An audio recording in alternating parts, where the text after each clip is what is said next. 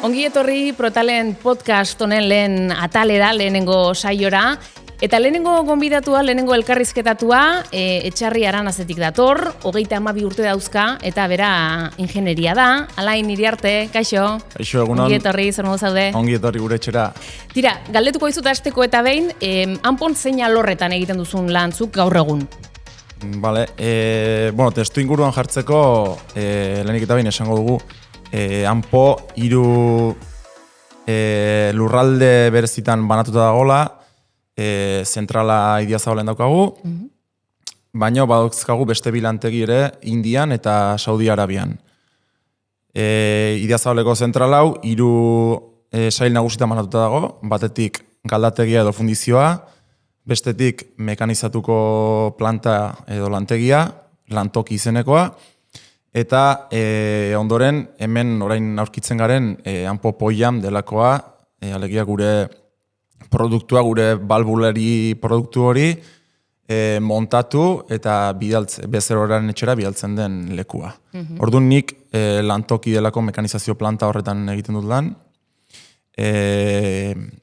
Mekanizatu bidezko ingenieritza produzio taldean. Eta horrek zer nahi du esan, alegia, zuk zertan datza zure lanak, zeintu dira zure zereginak, zure funtzioa? Gure funtzioa, mekanizatuko plantan lan egiten dugun partetik, pieza bat galdatu edo funditu ondoren, pieza horren mekanizazio prozesua diseinatzean datza. Alegia, guri mekanizatu beharreko pieza bat iristen zaigu, plano batekin, eskari zenbaki batekin, eta hortik aurrera gure lan taldearekin batera, zein makinatan mekanizatuko den pentsatzen dugu, eta piezaren ezaugarri berezien arabera prozesu bat diseinatzen dugu, ez? Zein utillaje, pieza hori heltzeko zein utillaje erabiliko dugun, zein erramienta erabiliko diren, zein bat fasetan edo zein fasetan mekanizatuko den. Orduan hori, pieza bat galategi datorrenetik, mekanizatu eta montatu aurreko prozesu hori egiten dugu guk. Zuk lan egiten duzu punta-puntako mekanizazio makinekin, baina denok uler dezagun, zergatik dira inbereziak makina horiek? Orain modernoak diren izen hauek erabiltzen dira, eta gure makinak, ni nagoen zeluretako makinetan, Industrial 4.0 delako industria da, makina esate baterako makina inteligenteak dira, beste dozein makina baino azkarragoa direlako, pieza bati gauza gehiago mekanizatu daitezkelako, adibidez gure zelulak, 5 zelulak, ez dakit, kabezal asko edo buru asko dituzte mekanizazio prozesu ezberdin asko egiteko, eta baita erraminta ugari arditzaken almazena dituzte, erraminta biltegiak, robot baten bidez aldatzen direnak, baita beste puntu esanguratsu bat da, makina hauek etxetik kontrola ditzakegula. Alegia, makina hauek software berezi baten bidez mugitzen dira eta bertatik kontrolatu dezakegu makinak aberia bat eduki badu, makinan zein eskari mekanizatzen ari garen momentu horretan, txirbila edo birutaren gestioare egin dezakegu, erramintaren bat falta balin bada bertatik gestionatu dezakegu. Orduan, ni nagoen lanean nagoen arlo horretatik, askotan ere, etxetik hanpoko sarera konektatuz, makinaren momentuko egoera ere ikusi dezakegu. Eta makina hoiekin aritzeko, zuk formakuntzarik jaso duzu? Ez bereziki, nik hanpon, orain 2025 urtea bukatzen denean, 8 urte egingo ditut, hanpoko langile bezala 7, eta bertan azpi kontrata baten bidez hasi nintzen lanean, orain lantokin implantatu den proiektu bat implantatuz. Makina hauek programatzeko edo makina hauek mugitu arazteko NX delako softwarea erabiltzen dugu, Siemensen software badena, bertatik sortzen ditugu mekanizazio prozesuak, ondoren makinako montajeko dokumentazio guztiak, eta ni hasi nintzen garaian, proiektu hau garatzen hasi nintzen, beraz, ez dut formakuntza berezirik jaso, baizik eta gu hasi ginen proiektu hau abiarazten. Orduan, nahiko hasieratik ezagutu dut proiektu hau, eta ondoren formakuntza esaten den bezala base de golpes jaso dugu, ez? Proba error, gauza bat, gauza berriren bat implantatu, gaizki doala, aldatu. Ondo doala aurrera. Orduan, formakuntzarik ez, baina... 8 urte daramazu, prozesu horretan orduan egon zara, argi dago hanpok mekanizazio alorrean asko inbertitu duela, ez? Urte hauetan, azken boladan. Zure ustez horrek zer ematen dio kooperatibari? Hombre, Industria 4.0ko makina hauek implantatu ziren garaitik, egia da, kalitatean salto esanguratsu bat eman genuela, makina hauek egia da inbertsio handia eskatzen dutela ekonomia aldetik, baino egia da baita produktuari balio erantzi handiagoa ematen dietela. Adibidez, lehen gure pieza bat mekanizatzeko 5 makina ezberdinetatik pasabar behar balin bazen pieza hori, orain agian makina hauek ematen dituzten baliabideak aprobetxatuz, pieza golpe batez makina berean mekanizatu daiteke, edo asko jota makina batean prozedura handiena egin eta beste makina baten bukatu. Baina horrek balio erantzia handia eta bezeroaren aurrean ere beste nivel baten egoteak aukera ematen du, aukera hori ematen du. Pentsatzeko da horrek proiektuen konplexutasunari ere eragin diola, ez? Ez dakit asko igo den konplexutasun hori ere azken denboran? Bai, nik esango nuke baietz. Ni hasi nintzenetik orain arte balbula gintzatik aparte, guk lantoki mekanizazio plantan, gure produktuaz aparte, galdategitik sartzen diren eskarien piezak ere mekanizatzen ditugu, adibidez, eta makina hauek egia esan aukera eman digu sektore berrietan muturra sartzeko, ez? Adibidez, barkuen motorren piezak ere egiten ditugu, Rolls-Roycenak, Kongsberg Rolls-Roycen piezak, haragia txikitzeko pieza batzuk ere egin ditugu, makina industriala handiak dira, pieza handiak dira, baina, bueno, karnizeri baten imaginatu haragia txikitzeko makina txiki bat, hori industria. Oso aplikazioa nitzak orduan. Bai. Bai. Eta aukera asko eman dizkigu, bai, aurreko urtean, pasaren urtean, bomba munduan, bomba esaten dudanean da, adibidez, urtegi bateko ura punpatzeko, altura ezberdinetatik beste altura batera punpatzeko, erabiltzen diren bomba handi horien munduan ere, hydro mundua deitzen dena, hidro mundua, bertan ere sartu du muturra eta konplexutasun handiko piezak egin ditugu. Guazen orain xehetasunera, egunerokora. Nola da zure lan egun bat? Etxarriaran aztik zatozona eta zer egiten duzu? Nola da egun bat? Bueno, ni lanera iristen naiz eta guk taldean egiten dugu lan. Orduan, guri eskari bat sartzen zaigu, gure sailera, gure makinako produzio taldera, mekanizatu beharreko plano bat iristen zaigu, eta lehendabizi taldean pieza horre dituen xehetasunak aztertzen ditugu, ez? Pieza horren pisuaren arabera makina batean edo bestean mekanizatu beharko da, dituen xehetasun konplexutasunak begiratuz ere erabaki dezakegu zein makinatan mekanizatu, eta behin nun mekanizatu behar den erabaki ondoren, prozesua diseinatzen hasten gara. Planoa hartzen dugu,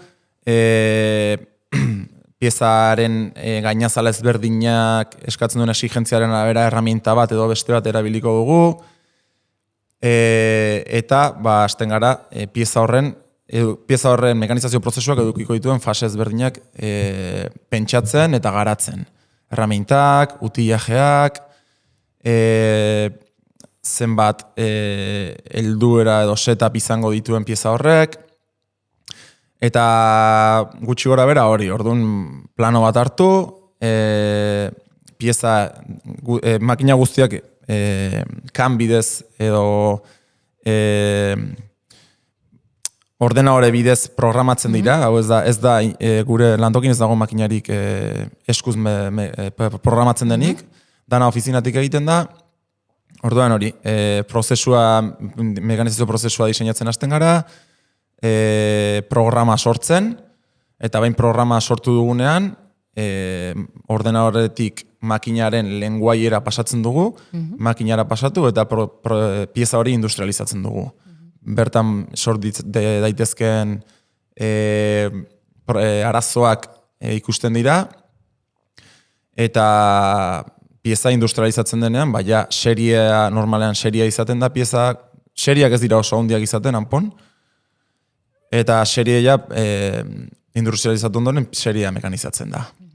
Ja pieza bukatzen dugunean, urrengo sailera pasako da, eta bertan neurtu, bukaerako inspekzioak eta egiten zaizkio, bezeroaren etxera bialdu aurretik. Hasizarenen deskribatzen zure lan egun bat, hasizara esaten taldean lan egiten duzuela, nolako da giroa zuen lan taldean?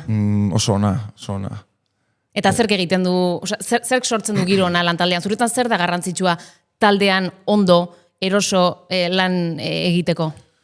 Nik esango nuke, hanpon hasi nintzenetik, orain arte taldea mantendu egin da, eta jende gazte eta helduaren arteko ekilibrio bat daukagula esango nuke. Badago jendean nik 32 urte ditut, 33koa, 40koa, badago lankide bat ere 57, 58 urte dituena, eta berak asko irakatsi digu, eta berarekin asko kontsultatzen dugu, egunerokotasuna, berak lantoki mailan gehiena ez bada, gehienetatik dakien pertsona da, eta berari kontsultatzen dizkiogu gauza asko, beregatik ere prozesu asko ondo atera dira, eta hori esango nuke ez, lantalde giro ona, bata besteari galdetu dudak edukiezkero, bai, elkar babesten gara, elkar jakinduria banatzen dugu, eta hori da, azkenen talderan baten gakoa, ez? Botako izu galdera bat, igual ez da erresa erantzuten, zer da, gehien gustatzen zaizuna zure lanetik, zure egunerokotik? Bueno, egunerokotasuneko lana, hanpon, zorionez edo zoritxarrez, normalean ez ditugu pieza berdinak ekoizten, ez? Astero edo hilabetero, segun eta proiektuaren edadura, piezak normalen ezberdinak izaten dira. Orduan, piezaren prozesuari eman martzaion pentsatua aldiero ezberdina da.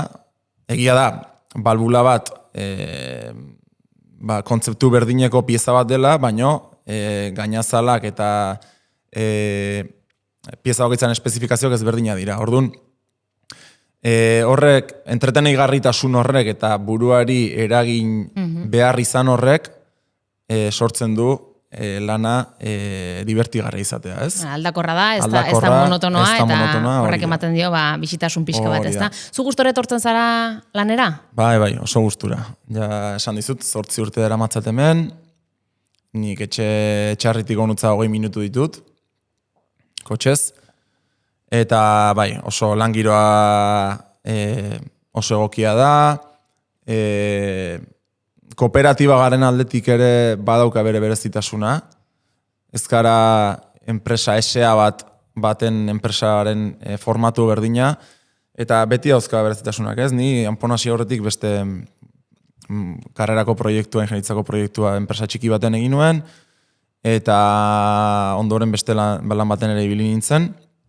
Eta hanpo, naiz eta enpresa txikia izan ze, 500 langile inguru bagaren, bertan daukagun tratua, elkarrekiko tratua oso gertukoa da, eta horrek aberastu egiten du lanera gustura etortzeak, ez? Orduan, zuretzat berezia da bertako proiektu batean teknologia zinguratuta kooperatiba izaera hori horrek zuretzat badauka balio erantsi bat. Bai.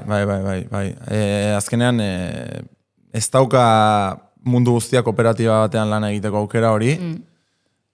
Eta pentsatzen jarrita duela gutxi 60 urte egin genituen, kooperatiba hau batzuk jarritako esfortzuaren eta diruaren eragina da, eta batzuen ordu sartze, buru hauste, lorik egin gabe batzuen eragina da. Kooperatibak horrela sortu izan dira, enpresen artean ere elkar babesten, ez? Eta hoien fruitua gu jasotzen aritzeak benetan poza ematen du, eta orain esan dezakegu nik 8 urte hauetan, zorionez lan deixenterekin gabiltza, eta hori beti da seinale ona.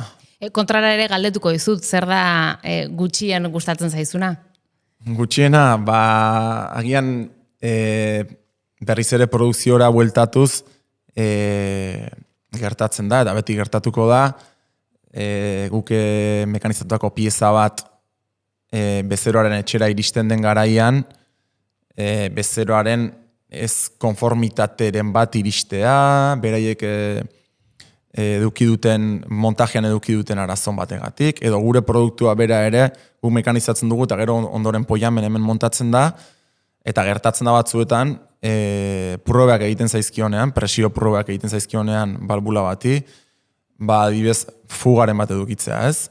Eta horrelako notiziak iristen direnean lantokira, ez da gustu honekoa, beti gertatzen da eta gertatuko da, baina prozesuaren parte da, baina hori da esango nuke gutxien gustatzen dena. Esaten zenuen 8 urte daramatzazula hemen, hanpok eman dizu azteko aukera? Profesionalki azteko aukera? Bai. Azkenean karrera bat ikastetik, ingenieritza bat ikastetik ateratzen zarenean ni beti esaten dut. Teoria asko, baino praktika gutxi dakigula, eta benetan lana zer den, eta kasu honetan gure sektoreko lana zer den, lanean ikasten da. Hanpok azteko eta gehiago ikasteko aukera eman dit, baita bidaiatzeko aukera ere, Alemanian, Austrian, Suitzan izan gara, azkenean atzerrira joaten asko ikasten da, lantegi asko ikusten dira, bezeroekin hartu emanekin ere asko ikasten da, ingelera ere praktikatzen da, mundua ikusten duzu, eta bai.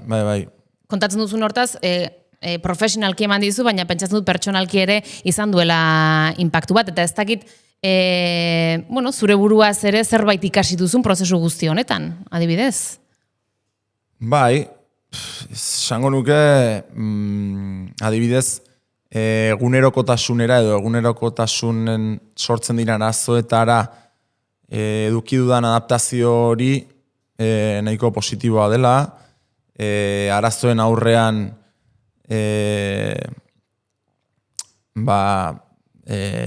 mantener la calma edo esaten den hori ere ikasi dugu edukitzen, ez? Lantaldean lan egiten ere, orduan bai, arlo pertsonalean ere aberasgarri izaten ari da. Bai. Eta badaukazu orain, ze proiektu daukazu eskuartean edo zertan zabiltza? Momentu honetan aita izan berri naiz, eta aitatasun bajarekin nago. Proiektu handia da, hori ere bai, Proiektu handia da, bai. Oso handia bizitza batean. Proiektu handia da, bai, hola tokatu da. Baina bueltatzen naizenean ere beti egongo da erronkaren bat, esan dizudan bezala lan askorekin gabiltza, eta lantaldea laguntzen jarraitu beharko dugu. Nola ikusten duzu zure burua hemendik ez dakit beste 8 urtetara? Nik 8 urte damatzat hemen, 7 poko langile bezala, 3 urte bazkide bezala, eta nire buru hemen ikusten dut. Gauza orain arte bezala balin badijoa, enpresak aurrera jarraituko du, eta nire burua bai, hemen ikusten dut. Ez dakitze alor berdinan jarraituko dudan edo ez, baina bai, ni familia honen parte naiz, eta eta hemen ikusten duen burua, etorkizunean bai. Alain Iriarte eskerrik asko, gurekin partekatzeagatik, zure egunerokoa, zure sensazioak, eskerrik asko, eta ongi segi. Eskerrik asko. Eskerrik asko.